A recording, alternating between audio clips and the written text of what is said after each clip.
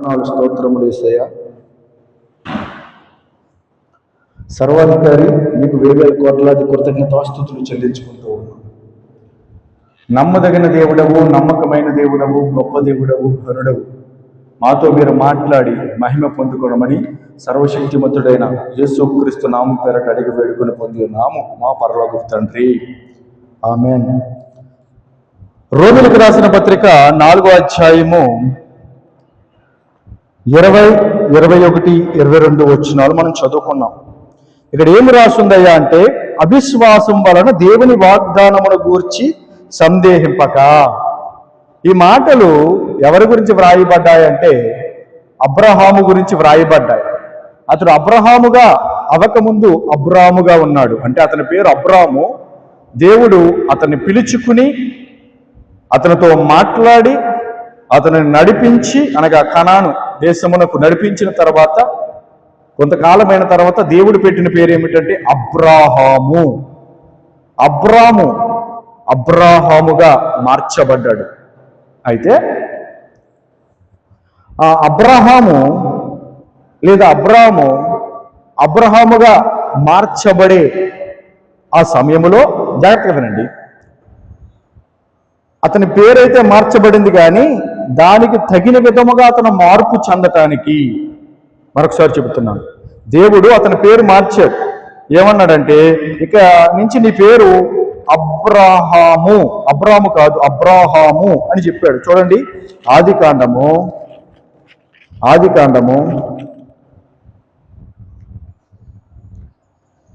15వ అధ్యాయము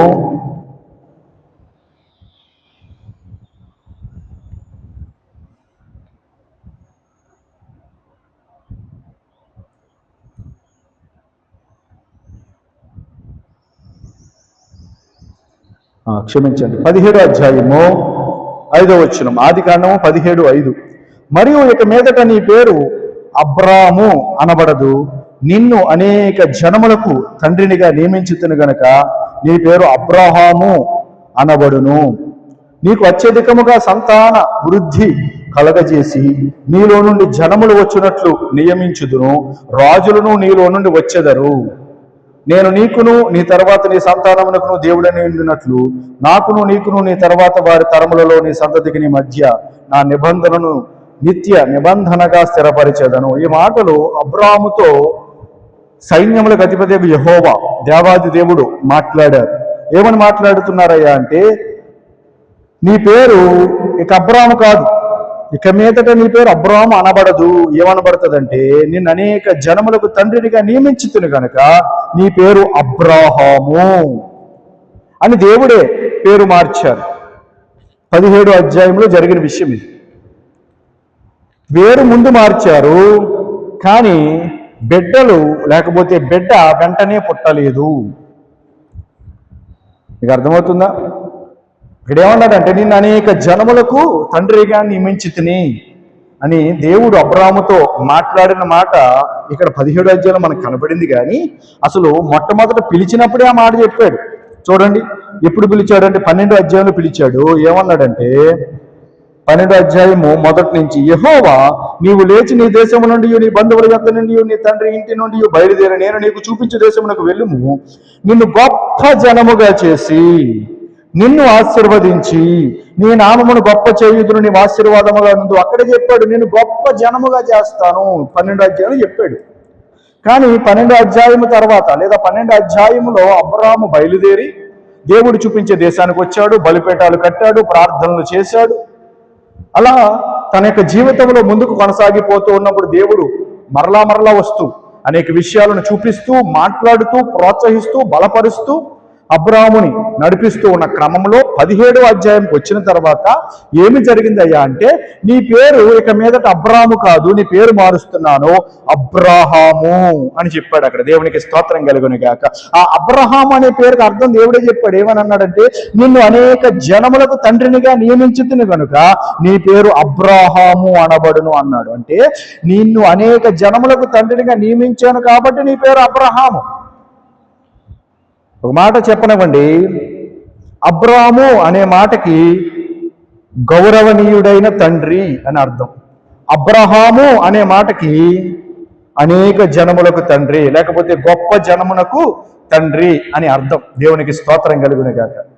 అయితే 12వ అధ్యాయంలో మాట్లాడిన దేవుడు, వాగ్దానము చేసిన దేవుడు అబ్రాహామును నడిపిస్తూ ఉన్న క్రమంలో 17వ అధ్యాయంకి వచ్చేసరికి ఏం చేశాడంటే అతని పేరును మార్చాడు.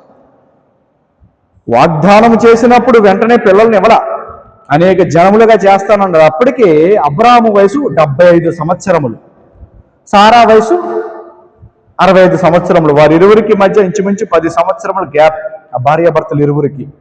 అయితే అబ్రాహాముకి వాగ్దానం చేశాడు కానీ వెంటనే పిల్లల్ని ఇవ్వాల. 12వ అధ్యాయం అయిపోయింది, 13వ అధ్యాయం అయిపోయింది, 14వ అధ్యాయం అయిపోయింది, 15వ అధ్యాయం అయిపోయింది, 16వ అధ్యాయం అయిపోయింది. అధ్యాయాలలో దేవుడు మాట్లాడుతూ వచ్చాడు, ఏదో దర్శనాలు చూపిస్తూ వచ్చాడు తప్ప వెంటనే కార్యమైతే చెయ్యలేదు. ఆ అధ్యాయంలో మనం గమనిస్తే కానీ మాట్లాడుతున్నాడు అబ్రాహాముతో దేవుడు. అయితే 17వ అధ్యాయంకి వచ్చేసరికి మరింతగా ప్రోత్సాహకరంగా ఏం చేశాడంటే పేరు మార్చాడు.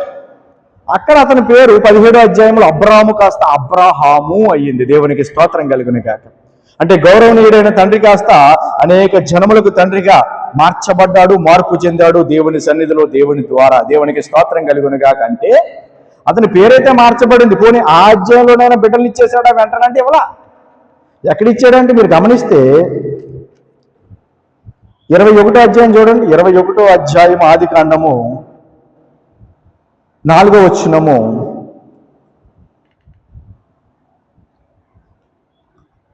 2వ వచనం చూడండి. 2వ వచనం ఎట్లనగా, ఆది కాండము 21వ అధ్యాయం 2వ వచనం, ఎట్లనగా దేవుడు అబ్రహాముతో చెప్పిన నిర్ణయ కాలములో సారా గర్భవతి అయి అతని ముసలితనమందు అతనికి కుమారుని కనెను.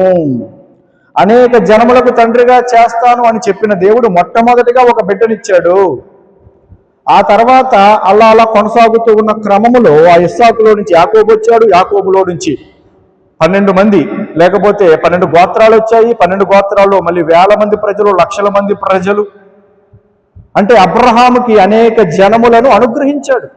భౌతికముగా అనుగ్రహించాడు, ఆత్మ సంబంధంగా అనుగ్రహించాడు. మనము కూడా అబ్రహాము పిల్లలమే, విశ్వాస సంబంధులమే. మనము యేసుక్రీస్తునందు విశ్వాసం ఉంచడం ద్వారా పరలోకమందున్న తండ్రి మన ఆత్మ సంబంధమైన తండ్రిగా పరలోకమందున్న తండ్రి ఉన్నారు, అనగా ప్రభువైన యేసుక్రీస్తు వారు. అయితే పాత నిబంధనలో మొట్టమొదటిగా దేవుడు ఏర్పాటు చేసుకున్న వ్యక్తి ఈ యొక్క అబ్రహాము గారు. అయితే ఈ వ్యక్తిని ఏం చేశాడంటే అతనుకున్న విశ్వాసాన్ని బట్టి అతనిని హెచ్చిస్తూ అన్నాడు కదా, నిన్ను గొప్ప చేస్తాను, నిన్ను ఆశీర్వదిస్తాను, నిన్ను ఆశీర్వాదమునుగా మారుస్తాను అన్నట్లుగా 12 అధ్యాయాలు చదివాం కదా వచనం. అట్టి రీతిగా భూజనులందరూ నీ యందు ఆశీర్వదింపబడతారు అని చెప్పాడు కదా. అట్టి రీతిగా యేసుక్రీస్తు ద్వారా మనకి అబ్రహాము కూడా ఎటువంటి వాడంటే ఒక తండ్రి. అందుకే విశ్వాసులకు తండ్రిగా అబ్రహాముని పిలుస్తారు. దేవునికి స్తోత్రం కలుగును గాక. అయితే ఈ యొక్క అబ్రహాము గురించి మనం కొన్ని నిమిషాలు ఆలోచన చేసుకుని ముగించుకుందాం. గమనించండి బిడ్డలారా, మనం చదువుకున్న వచనంలో ఏముందంటే అవిశ్వాసం వలన దేవుని వాగ్దానమును గురించి సందేహింపక. అవిశ్వాసం వలన దేవుని వాగ్దానమును గురించి సందేహించలేదు. అంటే అవిశ్వాసం అతనికి వచ్చిందా అంటే అవిశ్వాసం వలన దేవుని వాగ్దానాన్ని సందేహింపక. జాగ్రత్తగా వినండి. అవిశ్వాసం వస్తే దేవుని వాగ్దానాన్ని సందేహించే ప్రమాదం ఉన్నది.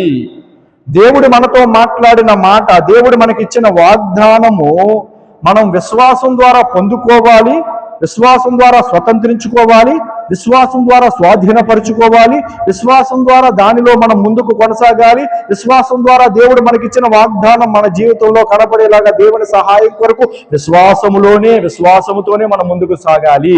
దేవునికి స్తోత్రం కలుగును గాక. అబ్రహాముతో దేవుడు మాట్లాడినప్పుడు ఆదికాండం 12వ అధ్యాయములో నీవు లేచి నీ తండ్రి ఇంటి నుండి, నీ యొక్క స్థలము నుండి, ఆ ప్రాంతం నుంచి బయలుదేరి రమ్మంటే దేవుడు చెప్పిన మాట విని విశ్వసించి దేవుడు నాతో మాట్లాడాడు అని గొప్ప విశ్వాసముతో అతను ఏం చేశాడంటే బయలుదేరాడు. తానున్న స్థలము నుంచి, బంధువుల యొద్ద నుంచి, ఆ కుటుంబం యొద్ద నుంచి బయలుదేరాడు. బయలుదేరి అతను ప్రయాణం చేసుకుంటూ వచ్చాడు. అయితే దేవుడు అతన్ని నడిపించుకుంటూ వెళ్ళాడు. అన్నాడు దేవుడు, నేను చూపించు దేశమునకు వెళ్ళు అన్నాడు.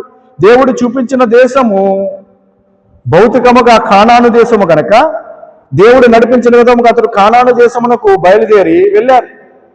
అబ్రహాము అంటే అతని పేరు అప్పుడు అబ్రామే, అయితే అతని భార్య సారా, అయితే ఇంకొక అతను లోతు కూడా అతను అబ్రాహాంతోనే ఉన్నాడు. తెరహు కూడా అబ్రాహాంతో బయలుదేరాడు, కానీ మార్గ మధ్యంలో అతను చనిపోవడం జరిగింది. తెరహు ఎవరంటే అబ్రహాం యొక్క నాన్నగారు, తండ్రి గారు, అతను చనిపోయాడు. సరే, ఆ విషయం పక్కన పెడితే అబ్రహాము అతని యొక్క భార్య సారాయి కాస్త ఎక్కడికి వచ్చారంటే ఆ కానాను దేశంలోకి వచ్చారు కదా. అప్పుడు వయసు అతని ఎంత అంటే స్టార్టింగ్ దేవుడు మాట్లాడినప్పుడు 75 సంవత్సరాలు, అయితే అప్పుడు ఇంకా కొద్దిగా పెరిగింది. ఎందుకంటే అప్పట్లో ఈ వెహికల్స్, మోటార్ వెహికల్స్ కానీ లేకపోతే ట్రావెలింగ్ చేయడానికి అంత సౌకర్యాలు లేవు. అయితే నడక, లేకపోతే గాడిద మీద కూర్చుని వెళ్ళటం, లేకపోతే ఒంటెల మీద కూర్చుని వెళ్ళటం, అది అప్పట్లో సాధనాలు కనుక, అంటే ట్రాన్స్పోర్ట్ సిస్టమ్గా అప్పుడు అవి ఉండేవి కనుక, జంతువులు లేకపోతే మనకి దేవుడు అనుగ్రహించిన కాళ్ళు, నడక, వీటి ద్వారానే ఎన్ని ప్రయాణాలు ఎంత దూరమైనా చేసేసేవారు కనుక అప్పట్లో వారు అలా ప్రయాణం చేసుకుంటూ చాలా దూరం వెళ్ళారు. వారున్న ఆ ప్రాంతం నుంచి, ఆ యొక్క మెసొపొటేమియా ప్రాంతం నుంచి బయలుదేరి హారానుకు వెళ్ళి హారాను నుంచి కనానుకు వెళ్ళారు. చాలా దూరం వారు ప్రయాణం చేశారు, చాలా కిలోమీటర్లు వారు ప్రయాణం చేశారు. మరి చాలా టైం కూడా పడుతుంది కదా, వయసు కూడా జరుగుతూ ఉంటుంది కదా. 75 సంవత్సరాలు అంటే ఒక రకంగా ముసలి వాళ్ళే కదా. అయితే అక్కడికి వెళ్ళిన తర్వాత కూడా అలాగే దేవుడు మాట్లాడుతూ ప్రోత్సహిస్తూ ఉన్నాడు. 12 అధ్యాయాల్లో మాట్లాడిన దేవుడు, 13 అధ్యాయాల్లో మాట్లాడిన దేవుడు, 14 అధ్యాయాల్లో మాట్లాడిన దేవుడు, 15 అధ్యాయాల్లో మాట్లాడిన దేవుడు, అలా నడిపిస్తూ ప్రోత్సహిస్తూ బలపరుస్తూ అతని యొక్క జీవితంలో ముందుకు కొనసాగిపోతూ ఉన్న క్రమములో ఏం జరిగిందయ్యా అంటే 12 అధ్యాయంలో నిన్ను గొప్ప జనంగా చేస్తానన్నాడు కదా. అప్పుడు అతని వయసు 75 సంవత్సరాలు కదా. అప్పటికి బిడ్డలు లేరు, ఇంకా బిడ్డలు పుట్టరు అనే ఆలోచనలో ఉండిపోయినట్టున్నాడు. దేవుడు మాట్లాడేసరికి దేవుడు కార్యం చేస్తాడని విశ్వసించినట్టున్నాడు, లేదా విశ్వసించాడు. కానీ అతడు దేవుడి మాటలు నమ్మి ముందుకు వెళ్ళిపోతూ ఉండగా ఇంకా దేవుడు కార్యములు చేయకపోగా ఆలస్యం అయిపోతుంది అనే ఒక ఆలోచన, లేకపోతే అతనికి 12 అధ్యాయంలో ఆదికాండం 12 అధ్యాయంలో దేవుడు పిలిచినప్పుడు ఉన్న విశ్వాసం కొద్దిగా చెమ్మగిల్లే పరిస్థితులు ఏర్పడుతున్నాయి. అప్పుడు దాకా అతనికి దేవుడు అంటే ఎవరో తెలియదు. అతని విగ్రహాలు తయారు చేసుకుని ఊరూరా తిరిగి అమ్ముతూ అతని జీవితము కొనసాగించే వ్యక్తిగా అబ్రాహాము ఉన్నాడు, అతను వాళ్ళ కుటుంబస్తులు. అయితే దేవుడు మాట్లాడాడు. అప్పటిదాకా ఆ బిడ్డల మీద అతనికి ఆలోచన లేదు, అప్పటికే 75 సంవత్సరాలు కాబట్టి బిడ్డల మీద ఆలోచన లేదు. కానీ దేవుడే పని కట్టుకుని మాట్లాడినప్పుడు విన్నాడు. వినుట వలన విశ్వాసం కలుగుతుంది కనుక అతనికి విశ్వాసం కలిగింది. ఓకే, దేవుడు మాట్లాడాడు, దేవుడు నన్ను గొప్ప జనంగా చేస్తానన్నాడు. గొప్ప జనంగా చేయాలంటే నా గర్భములో నుంచి బిడ్డలను ఇస్తాడు, నా గర్భములో నుంచి అనగా నా గర్భవాసమున పుట్టబో బిడ్డల్ని దేవుడు నాకు ఇస్తానని అన్నాడు. కాబట్టి దేవుడు ఈ మాట చెప్పాడు, కాబట్టి దేవుడు నెరవేరుస్తాడు. కాబట్టి దేవుడిని నేను విశ్వసిస్తున్నాను, దేవుడిని నేను నమ్ముతున్నాను అన్నట్లుగా దేవుని మాటను నమ్మి విశ్వసించి అతను ముందుకు కొనసాగిపోతూ ఉన్న క్రమములో జాగ్రత్తగా వినండి. మరి దినములు గడిచిపోతూ ఉండగా ఏం జరుగుతుందయ్యా అంటే అవిశ్వాసం చోటు చేసుకునే ప్రమాదము ఉంటది. మీకు అర్థమవుతుందా? అందుకే దేవుడు మధ్య మధ్యలో మాట్లాడుతూ బలపరుస్తూ వచ్చాడు. మీరు చూడండి, ఆదికాండం 15వ అధ్యాయములో మీరు చూడండి, ఇవి జరిగిన తర్వాత యెహోవా వాక్యం, మొదటి నుంచి 15వ అధ్యాయం, ఇవి జరిగిన తర్వాత యెహోవా వాక్యము అబ్రాహామునకు దర్శనమందు వచ్చి, అబ్రామా భయపడకుము, నేను నీకు కేడెము, నీ బహుమానము అత్యధికమగునని చెప్పెను. అందుకు అబ్రాహాము, ప్రభు అయిన యెహోవా, నాకేమి ఇచ్చిననేమి, నేను సంతానము లేనివాడనై పోవుచున్నానే, నేను సంతానము లేనివాడనై పోవుచున్నానే, నాకు సంతానం లేదే, నాకు బిడ్డలు లేరే, నువ్వు బహుమానం అత్యధికం అవుతుంది అంటున్నావు, నేను నీకు కేడేమంటున్నావు, నేను నీకు కాపుదల అంటున్నావు, నేను నీకు తోడున్నాను అంటున్నావు, అన్నీ చెబుతున్నావు. ఓ దేవుడా, ఓ యెహోవా, మా తండ్రి, మా దేవా, కానీ మాకు సంతానం లేదే, నేను సంతానం లేనివాడనే పోవుచున్నానే. నా ఇంట్లో ఒక పనోడు ఉన్నాడు, దమస్కు ప్రాంతం నుంచి వచ్చిన ఎలియాజరు ఉన్నాడు కదా, అతడు నా ఇంటి ఆస్తికర్త అయిపోతాడు కదా. నాకు ఇంక బిడ్డలు లేరు కాబట్టి నా ఆస్తి, నువ్వు ఇచ్చిన ఆస్తి ఉంది కదా, ఈ ఆస్తి అంతా నా ఇంటి పనోడు, పెద్ద పనోడు ఉన్నాడు కదా, పెద్ద పాలేరు ఎలియాజరు, అతడు నా తర్వాత ఇంకా నెక్స్ట్ అతనికే ఇంక అప్పగించేయాలి, ఇంకా నాకు బిడ్డలు లేరు కదా అన్నట్లుగా మాట్లాడితే అప్పుడు దేవుడు మాట్లాడాడు. ఏం మాట్లాడాడు అంటే చూడండి, 4వ వచనము 15వ అధ్యాయం. యెహోవా వాక్యము అతని యొద్దకు వచ్చి, ఇతడు నీకు వారసుడు కాడు, నీ గర్భవాసమున పుట్టబోవుచున్నవాడు నీకు వారసుడగునని చెప్పెను. ముందేమో గొప్ప జనంగా చేస్తానన్నాడు 12వ అధ్యాయంలో, 15వ అధ్యాయంలో అంటున్నాడు నాకు సంతానం ఏం లేదు కదా ప్రభు అని అబ్రాహాము దేవుడితో మాట్లాడినప్పుడు దేవుడు ఏమంటున్నాడంటే, నీ గర్భవాసమున పుట్టబోవుచున్నవాడు నీకు వారసుడు అవుతాడు. నీ ఇంటి పనోడు వారసుడు కాదు, నీ ఇంటి దాసుడు ఎలియాజరు ఉన్నాడు కదా, అతడు వారసుడు కాదురా బాబు, కంగారడుకో. ఆ పనివాడే నీకు వారసుడు వస్తాడు, నీకు సంతానం నేను ఇస్తాను. ఆ గొప్ప జనముగా చేయడానికంటే ముందు నీ గర్భములో నుంచి ఒకరిని ఇస్తాను నేను. దేవునికి స్తోత్రం కలుగును గాక. నీకు గర్భములో నుంచి ఒకరిని ఇస్తాను, నీకు గొప్ప జనముగా నేను చేస్తాను అన్నమాట వాస్తవమే. అది జరుగుతుంది, కాలక్రమంలో జరుగుతుంది. వాగ్దానము నిరర్థకము కానేరదు. వాగ్దానము చేసిన వాడు నమ్మదగిన వాడు, వాగ్దానము చేసిన వాడు మామూలు వాడు కాదు, అతడు అబద్ధము ఆడేవాడు కాదు. ఎవరాయన? ప్రభువైన యేసుక్రీస్తు. ఆయన చెప్పాడు అంటే చెప్పింది చేసి తీరుతాడు. ఆయన మాట సెలవిచ్చాడు అంటే అది జరుగుతుంది. దేవునికి స్తోత్రం కలుగును గాక. గమనించండి బిడ్డలారా, ఇక్కడ మా దేవుడు మాట్లాడుతూ ఏమన్నాడంటే, నీ గర్భవాసమున పుట్టబోవుచున్నవాడు నీకు వారసుడగునని చెప్పాడు. అంటే గర్భవాసమున పుట్టబోవుచున్నవాడు అంటే నీకు ఒకడు పుడతాడు. అతని పేరు ఇస్సాకు. మనకు తెలుసు కదా, అబ్రహాంకి ఇస్సాకు పుట్టాడు. అబ్రహాం కంటే అబ్రహాం కొడుకులోంచి వచ్చాడని కాదు, అబ్రహాము భార్య అయిన సారా గర్భంలోంచి వచ్చాడు. అబ్రహాంకు పుట్టాడంటే అబ్రహాం కొడుకులోంచి వచ్చాడని కాదు, అబ్రహాము భార్య కొడుకులోంచి వచ్చాడని. ఇంకా ఈయనకి పుట్టాడు కదరా అంటే ఆడికి పుట్టాడని కదా, అతని భార్యకు పుట్టాడని. కాకపోతే అతడు ఆమె భార్యకు భర్త కనుక, ఆ పుట్టిన బిడ్డకి తండ్రి కనుక, అతని ద్వారా ఆ బిడ్డ జన్మించాడు కాబట్టి నీకు పుట్టాడురా అనే వాడుక మాట మనకు తెలుసు. అయితే నీ గర్భవాసమున పుట్టబోచున్నవాడు నీకు వారసుడగునని చెప్పినని మాట చెప్పి 5వ వచనంలో ఏమంటాడు అనుకున్నారు? చూడండి, 5వ వచనం 15వ అధ్యాయం ఆదికాండం. మరియు ఆయన వెలుపలికి అతను తీసుకుని వచ్చి, నీవు ఆకాశం వైపు తేరి చూచి నక్షత్రంలో లెక్కించుటకు నీ చేతనైతే లెక్కించుమని చెప్పి నీ సంతానం అలాగవునని చెప్పెను. అతడు యెహోవాను నమ్మెను, ఆయన అది అతనికి నీతిగా ఎంచెను. దేవునికి మహిమ కలుగును గాక. దేవునికి స్తోత్రం చెప్దాం. హల్లెలూయా. 15వ అధ్యాయం 4వ వచనంలోనేమో నీకు ఒకడు పుడతాడు, నీకు వారసుడిగా ఉంటాడు, నీ ఆస్తిగా వారసుడిగా ఉంటాడు, నీకు వారసుడిగా ఉంటాడని చెప్పాడు కదా, అతని పేరు ఇస్సాకు. నెక్స్ట్ అధ్యాయంలో మనకు కనబడుతుంది. అయితే 5వ వచనంకి వచ్చేసరికి ఏమంటాడంటే, అతన్ని వెలుపలికి తీసుకుని వచ్చాడు. అప్పుడే జరిగిన విషయం ఇది. ఆ మాట చెప్పేసాడు 4వ వచనంలో. 5వ వచనంలోకి వచ్చేసరికి ఏమంటాడంటే, అతన్ని చేపట్టుకుని బయటికి తీసుకొచ్చి వెలుపలికి తీసుకొచ్చి, అంటే గుడారం. అప్పట్లో గుడారాలు ఉండేవి. అంటే ఒక చోట గుడారం వేసి అక్కడ నివాసం ఉంటే అక్కడి నుంచి వేరే చోటకు వెళ్ళి గుడారం వేసి నివాసం ఉండేవారు. గుడారాల్లో జీవించారు అని హెబ్రీయులకు రాసిన పత్రికలో అబ్రహాం గురించి, ఇస్సాకు గురించి, యాకోబు గురించి వ్రాయబడిన వచనాలు మనకు కనబడతాయి. అయితే జాగ్రత్తగా విందాము.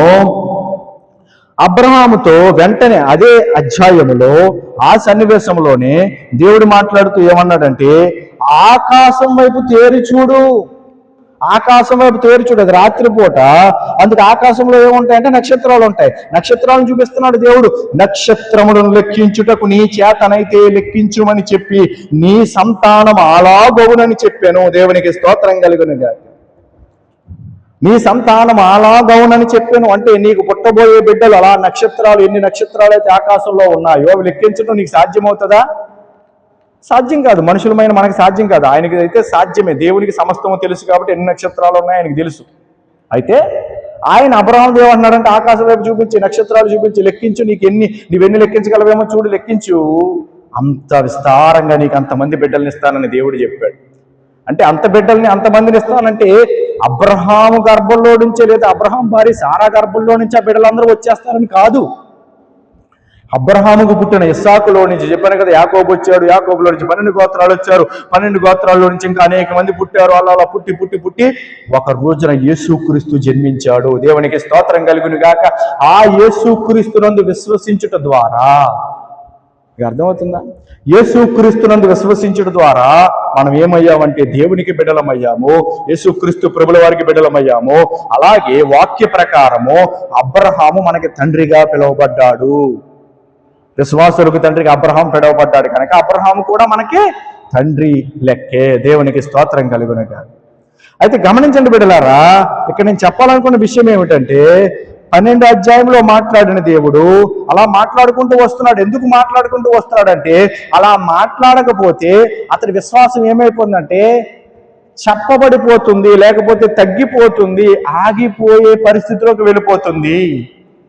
నా మాటలు మీకు అర్థమయ్యాయా? ప్రోత్సహిస్తున్నాడు, మాట్లాడుతూ ఉన్నాడు, నడిపిస్తూ ఉన్నాడు. నేను నిన్ను దీవిస్తాను, నేను నిన్ను ఆశీర్వదిస్తాను, నేను నిన్ను విస్తారమైన జనంగా చేస్తాను, నేను నిన్ను నిశ్చయంగా ఆశీర్వదిస్తాను, నీకు అనేక మంది బిడ్డలను ఇస్తాను, ఆకాశ నక్షత్రాల వలె ఆ ఇసుక రేణువుల వలె విస్తారంగా నీకు బిడ్డలను ఇస్తాను అని మాట్లాడుతూ మాట్లాడుతూ మాట్లాడుతూ ముందుకు నడిపిస్తున్నాడు. అంటే అబ్రహాము అలా నడవటానికి, అలా జీవించటానికి, విశ్వాసంలో ముందుకు కొనసాగడానికి కారణం ఏమిటంటే దేవుని మాట. దీనిని ఇంకొకలాగా చెబుతాను, దేవుని వాక్యము. దేవునికి స్తోత్రం కలుగును గాక. దేవుని వాక్యము మనం ఎంతగా మనం వింటూ ఉంటామో, వాటిని ధ్యానం చేస్తూ ఉంటామో, వాటిని ఆలోచిస్తూ ఉంటామో, అప్పుడు మనకి ఏం జరుగుతుందంటే విశ్వాసం వృద్ధి అవుతుంది. విశ్వాసం వృద్ధి అవుతుంది. అబ్రహాము 15వ అధ్యాయంలో ఏమంటున్నాడంటే, నా ఇంటి పెద్దపాలేరు అన్నాడు ఎలియాజరు, దమస్కి ఎలియాజరు, వాడే నాకు నెక్స్ట్ వారసుడు, నేను పోయిన తర్వాత ఇదంతా ఆడే చూసుకుంటాడు, నాకు బిడ్డలు లేరు కదా అని మాట్లాడాడు దేవునితో. అసలైతే ఏం మాట్లాడాలంటే, దేవా నీవు నాకు బిడ్డల్ని ఇస్తున్నావు, నీకు వందనాలయ్యా, కృతజ్ఞతలయ్యా అని అనాలి. కానీ ఎందుకు ఆ మాట అన్నాడంటే, నువ్వు నాకు సంతానం ఇయ్యలేదు కదా అన్నాడు. 10వ వచనంలో మీరు మరలా చదువుకోలేదు, 15వ అధ్యాయంలో, నువ్వు నాకు సంతానం ఇవ్వలేదు కదా అంటున్నాడు. బహుమానం అత్యధికం అవుతుంది అంటున్నావు, నేను నీకు కేడుము అంటున్నావు, ఎన్నో గొప్ప గొప్ప విషయాలు చెప్తున్నావు, కానీ నాకు ఇంకా సంతానం నువ్వు ఇవ్వలేదు కదా అని మాట్లాడాడు. అంటే ఏం జరిగిందయ్యా అంటే, అవిశ్వాసము జ్వరబడుతూ ఉన్నది. విశ్వాసియే, దేవుని యందు విశ్వసించిన అద్భుతమైన వ్యక్తి అబ్రహాము. విశ్వాసులకు తండ్రిగా పిలువబడ్డాడు అబ్రహాము. అయితే అతడు విశ్వసించాడు కరెక్టే, కానీ అతడి విశ్వాసం మరలా కొద్దిగా ఏమవుతుందంటే తగ్గిపోతూ ఉన్నది, రెడ్యూస్ అయిపోతూ ఉన్నది. అయితే అలాంటప్పుడు దేవుడు మాట్లాడుకుంటూ వస్తున్నాడు. 15వ అధ్యాయంలో మాట్లాడాడు. ఆ తర్వాత 17వ అధ్యాయంలోకి వచ్చి మాట్లాడాడు. ఏమంటున్నాడంటే, ఈసారి డైరెక్ట్గా పేరు మార్చాడు. అబ్రహాం కాస్త ఏం చేశాడు, అబ్రహాముగా మార్చాడు. పేరు మార్చాడు, కానీ వెంటనే ఇచ్చేశాడా అంటే ఇవ్వలేదు. మళ్ళీ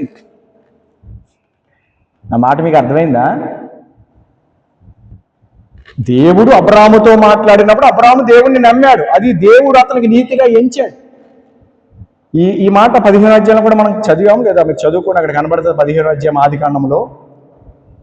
దేవుని మాటను అబ్రాహాము నమ్మటాన్ని బట్టి దేవుడు అబ్రాహాముకి ఏం చేశాడంటే అది అతనికి నీతిగా ఎంచాడు. గుర్తుపెట్టుకోండి, నీతి అంటే ఏమిటంటే ఒక అద్భుతమైన డెఫినేషను, దేవుడు చెప్పిన మాటను నమ్మటమే నీతి. చాలామంది నీతి అంటే నీతి కార్యాలు, నీతి పనులు అని అనుకుంటారు, లేదా మంచి కార్యాలు, మంచి పనులు అనుకుంటారు. ఓకే, మంచిదే, అది మంచిది, అది అలా పక్కన పెట్టండి. కానీ బైబిల్ ప్రకారం ఒక అద్భుతమైన విషయం ఏమిటంటే, నీతి అంటే ఏమిటంటే దేవుని మాటను నమ్మటమే నీతి. అర్థమవుతుందా మీకు? దేవుని మాటను నమ్మటమే నీతి. 15:6 చూడండి, ఆదికాండంలో, అతడు యెహోవాను నమ్మెను. యెహోవాను నమ్మటం ఏంటి? 12వ అధ్యాయంలో నమ్మాడు కదా, మళ్ళీ నమ్మటం ఏంటంటే అక్కడ పై వచనంలో 5వ వచనంలో ఆకాశములో ఉన్న నక్షత్రాలను చూపించి అంత విస్తారంగా చేస్తానన్నాడు కదా, ఆ మాటను నమ్మాడు. అవును, దేవుడు చెప్పాడు చేస్తాడు. అర్థమైందా? ఇప్పుడు యెహోవాను నమ్మటం అంటే యెహోవా మాటను నమ్మటమే. మరి యెహోవా వేరు, యెహోవా మాట వేరు కాదు. ఇప్పుడు ఒక వ్యక్తి మీకు ఏదైనా సహాయం చేస్తానన్నాడు అనుకోండి, మీకు ఏదైనా సంథింగ్ ఏదో సహాయం హెల్ప్ చేస్తానన్నాడు. హెల్ప్ చేస్తాను అని అన్నప్పుడు మీరు ఎదురు చూస్తూ ఉంటారు, హెల్ప్ చేస్తానన్నాడు కదా అని. నేను పలానా తారీఖున, లేకపోతే పలానా నెలలోనో, పలానా వారంలో నేను నీకు సహాయం చేస్తాను, లేకపోతే నీకు ఈ పరిస్థితి వచ్చింది కదా, ఇది ఇంక టైం దగ్గర పడినప్పుడు చెప్పు, నేను నీకు సహాయం చేస్తాను, నేను వస్తాను, నీకు హామీగా ఉంటాను అనేదో మొత్తం మీద చెప్పాడు ఒక వ్యక్తి. ఆ వ్యక్తి చెప్పిన తర్వాత అతను సహాయం చేసేదానికి మధ్యలో టైం ఉంది. ఆ టైంలో ఈలోపు ఎవరో ఒకళ్ళు వచ్చి నిన్ను అడిగారు, అరే ఆ టైం దగ్గర పడుతుందిరా, ఏం చేసావు అంటే, అప్పుడు నువ్వు ఏమంటావు అంటే, పలానా వ్యక్తి నాకు సహాయం చేస్తానన్నాడు, ఆ టైం దగ్గర పడ్డాక ఇంకా రేపు ఎల్లుండి అనగా చెప్పమన్నాడు, నాకు సహాయం చేస్తానన్నాడు అంటే వెంటనే ఈ పక్కన అడిగిన వ్యక్తి ఏమంటాడు అంటే, కొంతమంది, అందరూ కాదు, కొంతమంది ఏమంటారు, ఊరే ఆడిని ఎందుకు నమ్మేవరా, ఆడు అలాగే చెప్తాడు, చేయడురా బాబు అని అన్నాడు అనుకోండి ఉదాహరణకి. అంటే అందరూ అలా చేయరు, కొంతమంది. వాడిని ఎందుకు నమ్మావు అంటే దాని అర్థం ఏంటి? ఇప్పుడు ఇతనేం చెప్పాడు, వాడు చేస్తానని చెప్పాడరా, చేస్తాడరా, అందుకే నేను ఎదురు చూస్తున్నాడరా అని ఇతను చెప్తే, ఇతను ఏమన్నాడు, వెనక నుంచి వచ్చిన ఫ్రెండ్ మిత్రుడు ఏమంటున్నాడంటే, ఒరే టైం దగ్గర పడింది కదరా, చేయలేదు, ఏంటి ఏం పరిస్థితి, ఏం చేసావంటే, దానికోసం ఏం ఆలోచించావంటే, ఇతను అన్నాడు, పలానా వ్యక్తి నాకు సహాయం చేస్తానన్నాడు రా, వాడు నా మిత్రుడు, చిరకాల మిత్రుడు, చిన్ననాటి స్నేహితుడు, నాకు సహాయం చేస్తానన్నాడు రా, టైం దగ్గర పడ్డాక చెప్పన్నాడు, రేపు ఎల్లుండి నాకు చేస్తానన్నాడు అని చెప్పినప్పుడు వెంటనే వీడు ఆడిని ఎందుకు నమ్మేవారా, నాకు తెలుసురా అని వీడు అన్నాడు అనుకోండి, మీకు డౌట్ వస్తుందేమో, అది వేరే విషయం. అక్కడ మాట మీరు పట్టుకోండి, మాట ఇంపార్టెంట్. ఏంటంటే వాణ్ణి ఎందుకు నమ్మావు, ఎందుకు వాణ్ణి నమ్మాడా, వాడి మాట నమ్మాడా, వీడు వాణ్ణి నమ్మాడు, వాడి మాటను నమ్మాడు. అర్థమవుతుందా మీకు? ఇప్పుడు కొంతమంది, అరే నేను నిన్ను ఎంతో నమ్మాడురా, మోసం చేసావురా, చేస్తానని చేయలేదేరా, నమ్మక ద్రోహం చేసేవేట్రా అని వింటా ఉంటాం కదా మన మాటలు. మనమే కొన్నిసార్లు అను ఉంటాం కదా, మన మిత్రుల దగ్గర, మన బంధువుల దగ్గర, మనకు తెలిసిన వారి దగ్గర. అంటే అవతల వ్యక్తిని నమ్మటం అంటే అవతల వ్యక్తి చేస్తాను అని చెప్పిన ఆ మాటను నమ్మటం, అతన్ని కూడా నమ్మటం. అంటే వ్యక్తి వేరు, మాట వేరు కాదు కదా. యెహోవాను నమ్మెను అంటే యెహోవా ఇచ్చిన మాటను నమ్మాడు. నిన్ను ఎంత నక్షత్రాల వలె విస్తారంగా చేస్తాను అని చెప్పాడు. అప్పటికి 15 అధ్యాయంలో అతని వయస్సు చాలా ఎక్కువ అయింది. 75 సంవత్సరంలో 12 అధ్యాయం కదా, పెరుగుతూ వచ్చింది. అంటే సంవత్సరాలు గడుస్తూ ఉన్నాయి. దేవుని మాట నెరవేర్పు కొరకు ఎదురు చూస్తున్నాడు, దేవుని వాగ్దాన నెరవేర్పు కొరకు ఎదురు చూస్తున్నాడు. కానీ కొద్దిగా ఎక్కడో సంశయము. దేవుడు వస్తున్నాడు, దేవుడు మాట్లాడుతున్నాడు, దేవుడు దర్శనాలు ఇస్తున్నాడు, దేవుడు దర్శిస్తున్నాడు, దేవుడు ప్రోత్సహిస్తున్నాడు, దేవుడు బలపరుస్తున్నాడు, అన్నీ చేస్తున్నాడు.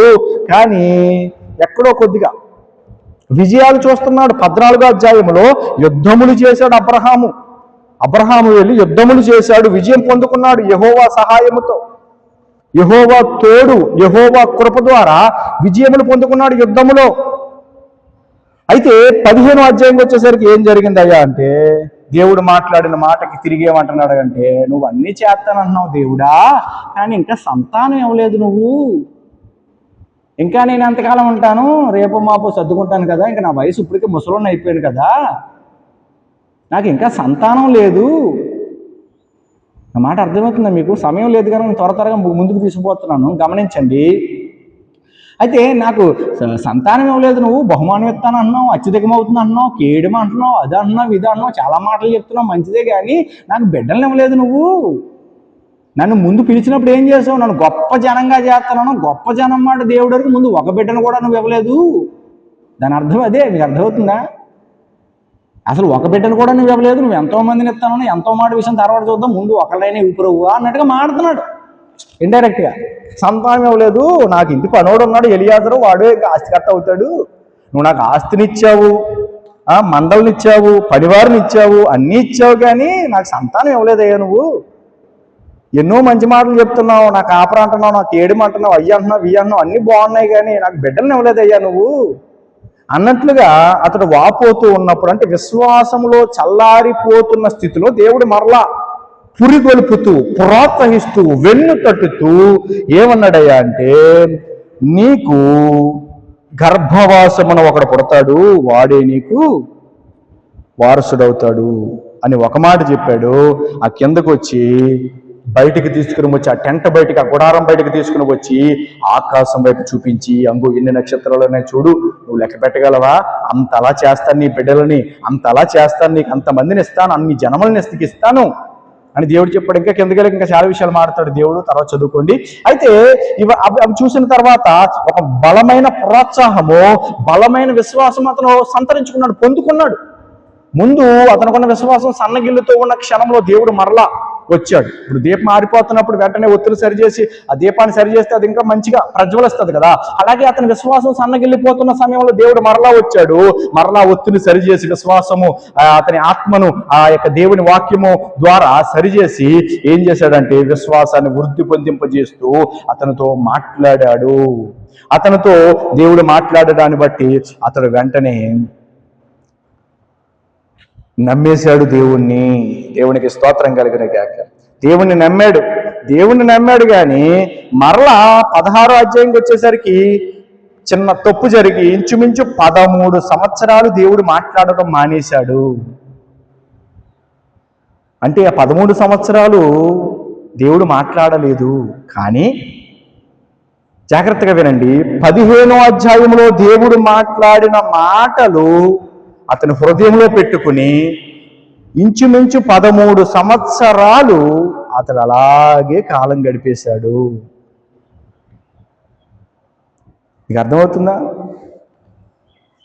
13 సంవత్సరాలు అలాగే ఓపిగ్గా దేవుడు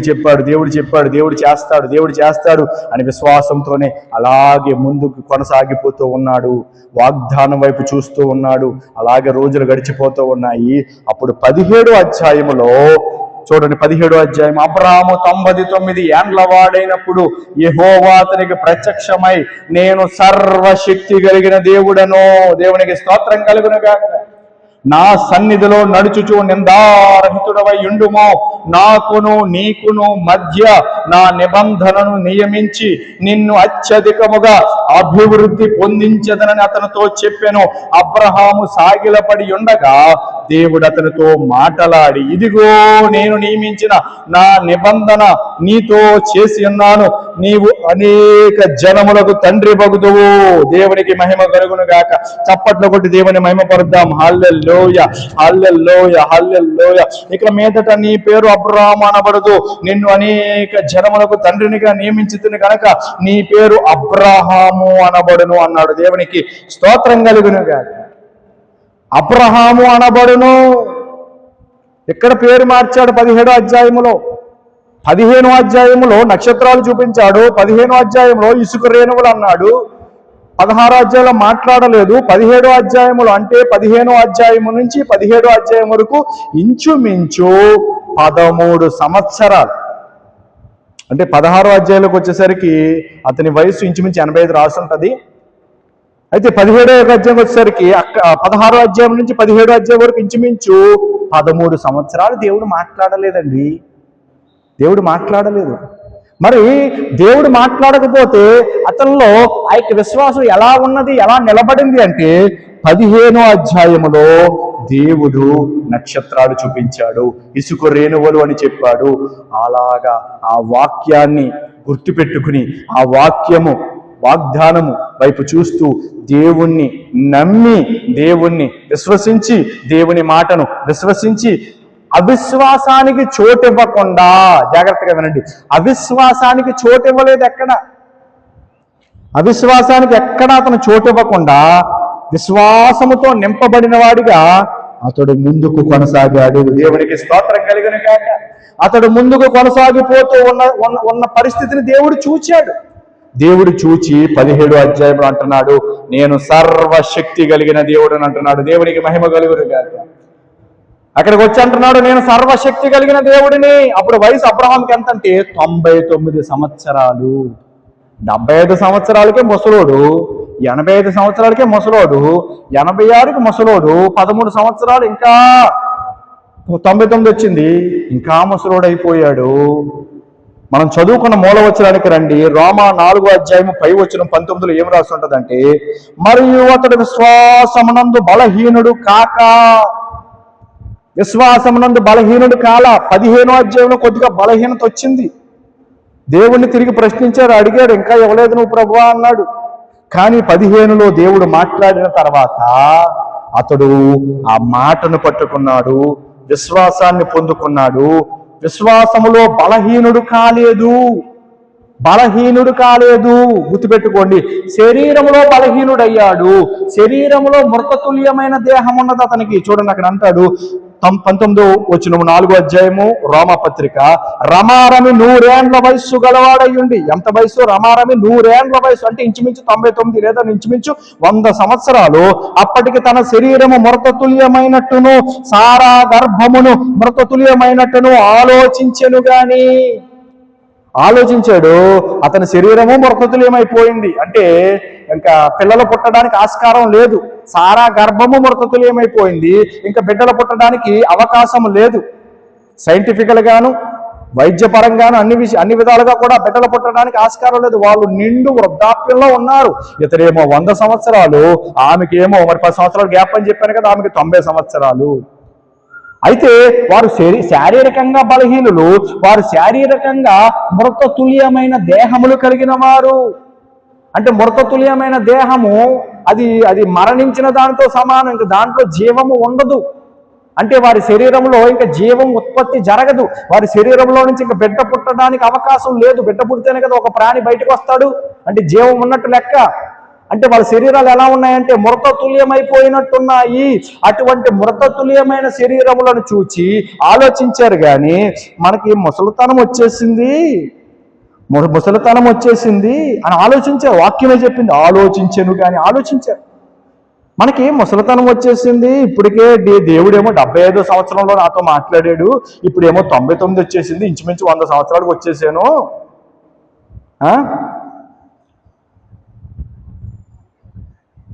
అయితే మన శరీరాలేమో మృతతుల్యమైపోయినవి అని ఆలోచించాడు. కానీ జాగ్రత్తగా వినండి, పరిస్థితిని గురించి ఆలోచించాడు కానీ పరిస్థితి గురించి భయపడలేదు. పరిస్థితిని చూసి బలహీనుడు కాలేదు. శరీర విషయంలో బలహీనుడయ్యాడు కానీ ఆత్మ విషయంలోనూ విశ్వాస విషయంలోనూ అతడు బలహీనుడు కాలేదు. దేవునికి స్తోత్రం కలుగును గాక. అందుకే ఏమన్నాడు అక్కడ? విశ్వాసమునందు బలహీనుడు కాక. విశ్వాసమునందు బలహీనుడు అవ్వలేదు అతను. శారీరకంగా మృతతుల్యమైపోయినట్టు ఉంది కానీ విశ్వాసపరంగా అది జీవము కలిగిన విశ్వాసము. జీవము కలిగిన విశ్వాసములో బలహీనతలు లేవు. మృతతుల్యమైన శరీరంలో బలహీనతలు ఉన్నాయి కానీ జీవము కలిగిన విశ్వాసం కలిగిన వ్యక్తి, ఎందుకంటే మాట్లాడిన వాడు జీవము కలిగిన వాడు.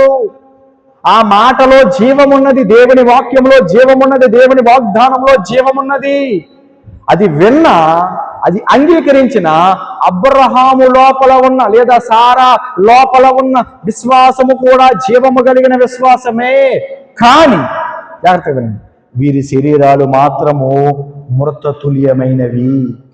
ఎంత మాత్రము జీవాన్ని చూపించలేని పరిస్థితుల్లో, జీవము ఆ వారి సారా గర్భములో నుంచి రాలేని పరిస్థితుల్లో వారి శరీరాలు ఉన్నాయి. కానీ అన్నాడు కదా, ఆలోచించను గాని. 20వ వచనం మన ప్రసంగం అసలు ఇప్పుడు మొదలవుతుంది కానీ నేను చెప్పను, అధికంగా చెప్పను, సమయం లేదు కనుక చూడండి. అవిశ్వాసం వలన ఏంటంట? అవిశ్వాసం వలన దేవుని వాగ్దానమును గూర్చి సందేహింపక. అవిశ్వాసం వలన, ఇప్పుడు మృతతుల్యమైన శరీరాలు మనవి అని ఆలోచించాడు కానీ ఆ ఆలోచనలో నుంచి వచ్చే అవిశ్వాసాన్ని అతడు అంగీకరించలేదు. అవిశ్వాసం వలన దేవుని వాగ్దానమును గూర్చి సందేహింపక. ఇప్పుడు అవిశ్వాసం వచ్చేసింది అనుకోండి, ఏం జరుగుతుందంటే దేవుని వాగ్దానం మీద సందేహం వచ్చేస్తుంది. దేవుని వాగ్దానాన్ని సందేహించటం అంటే ఏంటో తెలుసా? దేవుణ్ణే సందేహించటం. నా మాట అర్థమైందా మీకు? దేవుణ్ణే సందేహించటం, దేవుని మీద విశ్వాసము తగ్గిపోవటం లేదా అవిశ్వాసము కలిగిన వారిగా అయిపోవటమే. అంటే విశ్వాసం లేకపోవటమే. ఆ మాట మీకు అర్థమైందా? ఆలోచించాడు, మన శరీరాలు మృతతుల్యమైనవి, కానీ అతను ఏం చేశాడంటే అవిశ్వాసం వలన దేవుని వాగ్దానమును గురించి సందేహించలేదు. అంటే అవిశ్వాసానికి చోటు ఇవ్వలేదు, సందేహానికి చోటు ఇవ్వలేదు. దేవుని మహిమపరచి, దేవునికి మహిమ కలుగును గాక, దేవుని మహిమపరిచి ఆయన వాగ్దానము చేసిన దానిని నెరవేర్చుటకు సమర్థుడని రూఢిగా విశ్వసించాడు. మా శరీరాలైతే మృతతుల్యమైనవి కానీ దేవుని వాగ్దానము మృతతుల్యమైనది కాదు. దేవుని వాక్యము, దేవుని వాగ్దానము జీవము కలిగినది. మాట్లాడిన దేవుడు జీవము కలిగిన వాడు. నేను నిర్జీవమైన వస్తువులు అమ్ముకుంటూ నా జీవనాన్ని కొనసాగించుకుంటున్న దినములలో ఎటువంటి బిడ్డ నాలో లేకపోతే నాకు ఎటువంటి బిడ్డ పుట్టలేని ఆ పరిస్థితులలో దేవుడు నాతో మాట్లాడి ఆ మాట జీవము కలిగినది. ఆ మాట్లాడిన దేవుడు జీవము కలిగిన వాడు. దేవునికి స్తోత్రం కలుగును గాక. ఆ జీవము కలిగిన జీవము కలిగిన వాడు మాట్లాడిన ఆ మాటలో జీవం ఉన్నది. జీవము కలిగిన వాడు మాట్లాడాడు. అయితే అది పొందుకున్న నేను కూడా జీవము పొందుకున్నాను. అయితే నా శరీరము మృతతుల్యమైనది కానీ నా యొక్క విశ్వాసము అవిశ్వాసము కాదు. నా యొక్క విశ్వాసము మృతతుల్యమైనది కాదు. నా యొక్క విశ్వాసము జీవము కలిగిన విశ్వాసం. అది దేవునికి మహిమ కలుగును గాక. దేవుణ్ణి మహిమపరిచాడు. మనం కొన్నిసార్లు దేవుడు ఇచ్చిన మాట నెరవేర్పులోనికి రాకపోయేసరికి, దేవుడు ఇచ్చిన మాట ఇంకా జరగట్లేదు అని అనుకునే పరిస్థితుల్లో మనం ఏమైపోతామయ్యా అంటే అవిశ్వాసంలోకి వెళ్ళిపోయే పరిస్థితిలో ఒకవేళ ఉన్నామేమో. అవిశ్వాసము వచ్చేసి దేవుని మాటను, దేవుని వాగ్దానాన్ని సందేహించే పరిస్థితిలోకి ఒకవేళ వచ్చేసారేమో. దేవుడు ఈనాడు మనతో మాట్లాడుతూ ఉన్నాడు. భయపడొద్దు బిడ్డా, భయపడద్దు. అబ్రహామును చూడండి, మీకు తండ్రి, విశ్వాసులకు తండ్రి అబ్రహాం వైపు చూడండి, మీకు అర్థమవుతుంది. అతని శరీరం మృతతుల్యమైపోయినట్టు ఉన్నను అతడు జీవము కలిగిన విశ్వాసం కలిగిన వాడిగా ఉన్నాడు. అతడు ఆత్మ కూడా దేవుని వైపు చూస్తూ ఉన్నది. దేవుని వాగ్దాన నెరవేర్పు కొరకు ఎదురు చూస్తూ ఉన్నది. పరిస్థితులను చూడట్లేదు, దేవుణ్ణి చూస్తున్నాడు. పరిస్థితులను చూడట్లేదు, వారి శరీరాలను చూసినా కానీ వాటి గురించి ఆలోచించట్లేదు. అతడు ఏం ఆలోచిస్తున్నాడంటే దేవుడు నమ్మదగిన వాడు కనుక ఆయన చేస్తాడు అని ఆ మాట మీద విశ్వాసంతో దానినే లక్ష్య పెడుతున్నాడు. దేవునికి స్తోత్రం కలుగును గాక. గమనించండి బిడ్డలారా, అవిశ్వాసం వలన దేవుని వాగ్దానం గురించి సందేహించలేదు. శరీరాలు మృతతుల్యమైపోయినట్టు ఉన్నా కూడా సందేహించలేదు. ఎందుకంటే మాట్లాడిన వాడు దేవుడు కాబట్టి, ఆ మాట సత్యము కాబట్టి, ఆ మాట ఆయన జరిగిస్తాడు కాబట్టి అందుకు నేను సందేహించను అని దేవుని వాగ్దానాన్ని గట్టిగా చేత పట్టుకున్నాడు. దేవునికి మహిమ కలుగును గాక. 21వ వచనం చూడండి, రోమా 4:21లో దేవుని మహిమపరిచాడు. ఇంకెప్పుడు చేస్తావు అని చెప్పి దేవుని మీద సనగలేదు, దేవుని మీద గొనగలేదు, దేవుని మీద ఇష్టం వచ్చినట్టు మాట్లాడలేదు, దేవుణ్ణి తోలనాడలేదు, దేవుణ్ణి వేరుగా ఆలోచించలేదు. కానీ దేవుణ్ణి మహిమపరిచాడు. అంటే అతని లోపల ఉన్న విశ్వాసం ఏం చేసిందంటే దేవుణ్ణి మహిమపరిచేలా చేసింది. దేవునికి మహిమ కలుగును గాక. దేవుణ్ణి మహిమపరిచి ఇంకేం చేశాడంటే ఆయన వాగ్దానము చేసిన దానిని నెరవేర్చుటకు సమర్థుడని రూఢిగా విశ్వసించాడు. శరీరాలను చూసి ఆలోచించాడు కానీ వాటి గురించి పక్కన పెట్టేసి, అవిశ్వాసానికి చోటు ఇవ్వకుండా దానిని పక్కన పెట్టేసి విశ్వాసము కలిగిన వాడిగా, దేవుణ్ణి మహిమపరిచిన వాడిగా, దేవుడు చేస్తాడు అని రూఢిగా నమ్మాడు. ఇంకా రూఢిగా నమ్మి ఏం చేశాడంటే విశ్వసించి విశ్వాసం వలన బలము నొందెను. దేవునికి మహిమ కలుగును గాక. విశ్వాసం వలన బలము నొందెను. అక్కడ అంటాడు అందుచేత అది అతనికి నీతిగా ఎంచబడెను. దేవునికి మహిమ కలుగును గాక. విశ్వాసం ద్వారా బలం పొందాడంటండి. బలం అంటే మన ఆత్మకు బలం కావాలంటే ఎక్కడి నుంచి వస్తుందంటే విశ్వాసం ద్వారా వస్తుంది. విశ్వాసం ద్వారా మన ఆత్మకి ఏమొస్తుంది? బలం వస్తుంది. గుర్తుపెట్టుకోండి, అబ్రహాము శరీరము మృతతుల్యమే, సారా అంటే అతని భార్య సారా శరీరం కూడా మృతతుల్యమే. కానీ వారి లోపల ఉన్న విశ్వాసం జీవం కలిగినది కనుక దేవుడిచ్చిన మాటను గట్టిగా వారు పట్టుకుని నమ్మారు, విశ్వసించారు కాబట్టి వారి లోపల ఉన్న విశ్వాసం జీవం కలిగినది కనుక బయట శరీరాలు మృతతుల్యమైపోయినట్టు ఉన్నను, జాగ్రత్తగా వినండి, వారు దేవుని మాటను బలంగా విశ్వసించి ఆ యొక్క విశ్వాసం ద్వారా రూఢిగా నమ్మి ఆ యొక్క విశ్వాసం ద్వారా వారు బలము పొందుకుని, జాగ్రత్తగా వినండి, బలము పొందుకోవడాన్ని బట్టి దేవుడు దానిని నీతిగా ఎంచాడు. దేవుని దృష్టిలో నీతిగా ఎంచబడింది వారి విశ్వాసము. వారు ఆ మాటను నమ్మటాన్ని బట్టి, దేవుడు చెప్పిన మాటను తూచా తప్పకుండా నమ్మటాన్ని బట్టి, కొంచెం కూడా సందేహించకుండా నమ్మటాన్ని బట్టి వారు దేవుని ఎదుట నీతిగా ఎంచబడ్డారు. ఎప్పుడైతే వారు నీతిగా ఎంచబడ్డారో, జాగ్రత్తగా వినండి, దేవుడు ఆల్రెడీ కార్యాలు చేశాడు. ఆ కార్యాలు మరింతగా పెంపొందించి ఏం చేశాడంటే సారా గర్భములో నుంచి ఇస్సాకుని ఇచ్చాడు. దేవునికి స్తోత్రం కలుగును గాక. సంతానం ఇచ్చాడు అంటే మృత తుల్యమైన వారి శరీరంలో నుంచి ఏమొచ్చిందంటే జీవము వచ్చింది. దేవునికి మహిమ కలుగును గాక. జీవం వచ్చిందండి, జీవం వచ్చింది. ఈ మాట గట్టిగా పట్టుకోండి. అంటే వారి శరీరాలు మృతతుల్యం అంటే మీకు అర్థం కాలేదేమో చెప్తున్నాను. మృతతుల్యం అంటే చచ్చిన స్థితి. అంటే ఇంకా జీవము ఉత్పన్నం అవటానికి ఇంకా అక్కడ ఏమీ లేదు సరుకు. అర్థమవుతుందా మీకు? ఇంకా అది శూన్యము. అంటే వారి శరీరాలు ఇంకా బిడ్డలు కనటానికి ఇంకా యోగ్యత లేదు, అర్హత లేదు, అవకాశం అంతకంటే లేదు. కానీ ఆ మృతతుల్యమైపోయిన సారా గర్భములో నుంచి బిడ్డ ఎలా బయటకు వచ్చాడు? ఆ 90 సంవత్సరాల ఆ వృద్ధురాలులో నుంచి, సారమ్మలో నుంచి ఆ బిడ్డ ఎలా బయటకు వచ్చాడు? ఆ ప్రాణము కలిగిన బిడ్డ, జీవము కలిగిన బిడ్డ ఎలా వచ్చాడంటే దేవుని మాటను వారు విశ్వసించారు. దేవునికి స్తోత్రం కలుగును గాక.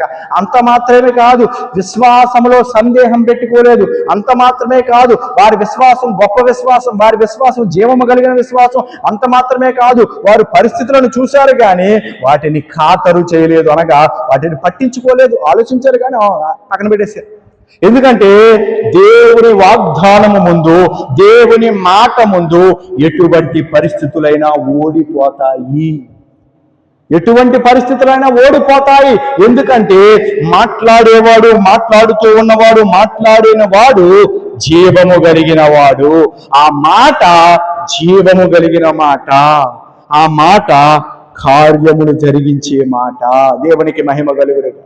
అంటే దేవుని వాగ్దానము ఏదైతే దేవుడు మనకి చెప్పాడో దానిని మనం గట్టిగా పట్టుకుని విశ్వసించి దానివల్ల మనం బలం పొందుకుని ముందుకు కొనసాగిపోతూ ఉన్న క్రమములో మనము ఆలస్యమైపోతుందని కంగారు పడిపోకుండా, లేకపోతే పరిస్థితులు ఎలా ఉన్నాయని టెన్షన్ పడిపోకుండా, మనం వాటిని పట్టించుకోకుండా, మనం దేవుని వాగ్దానములో నడుచుకుంటూ, దేవుని వాగ్దానముతో నడుచుకుంటూ, దేవుని వాగ్దానమును హృదయంలో కలిగిన వారముగా మనం ముందుకు కొనసాగిపోతూ ఉన్నప్పుడు ఏం జరుగుతాదయ్యా అంటే వాగ్దాన నెరవేర్పు జరుగుతుంది. దేవునికి మహిమ కలుగునగాక.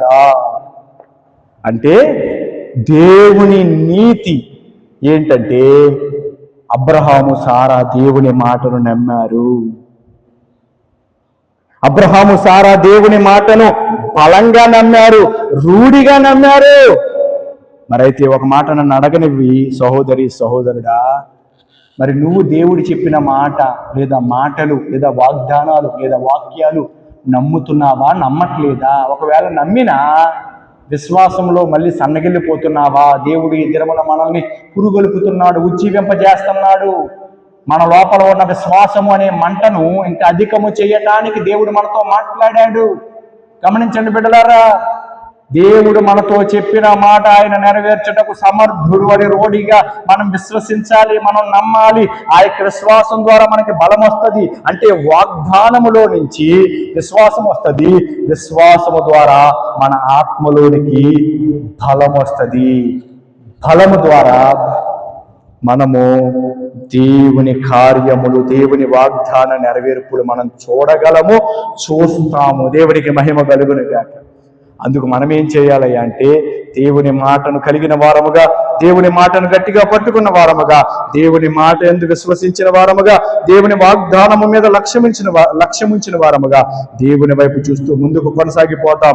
జీవము కలిగిన దేవుడు కార్యములు చేటుకు సమర్థుడు గనక, ఆయన చెప్పిన మాట చేసే దేవుడు గనక, నమ్మదగిన దేవుడు గనక, జీవము కలిగిన దేవుడు గనక మన చుట్టూ ఉన్న మృత తుల్యమైపోయిన పరిస్థితులను పట్టించుకోకుండా జీవము కలిగిన మాట చెయ్యగలిగిన, జీవము కలిగిన కార్యములను పొందుకోవడానికి మనం జీవము కలిగిన విశ్వాసములో, జీవము కలిగిన వాగ్దానము ద్వారా ముందుకు కొనసాగిపోతాం. దేవుడు ఈ మాటలు మన వినికిడిలో ఆశీర్వదించును గాక. ఆమె చిన్న ప్రార్థన చేసుకుందాం. అందరూ కన్నులు మూసుకోండి. హల్లెలూయా హల్లెలూయా హల్లెలూయా హల్లెలూయా హల్లెలూయా హల్లెలూయా హల్లెలూయా హల్లెలూయా హల్లెలూయా.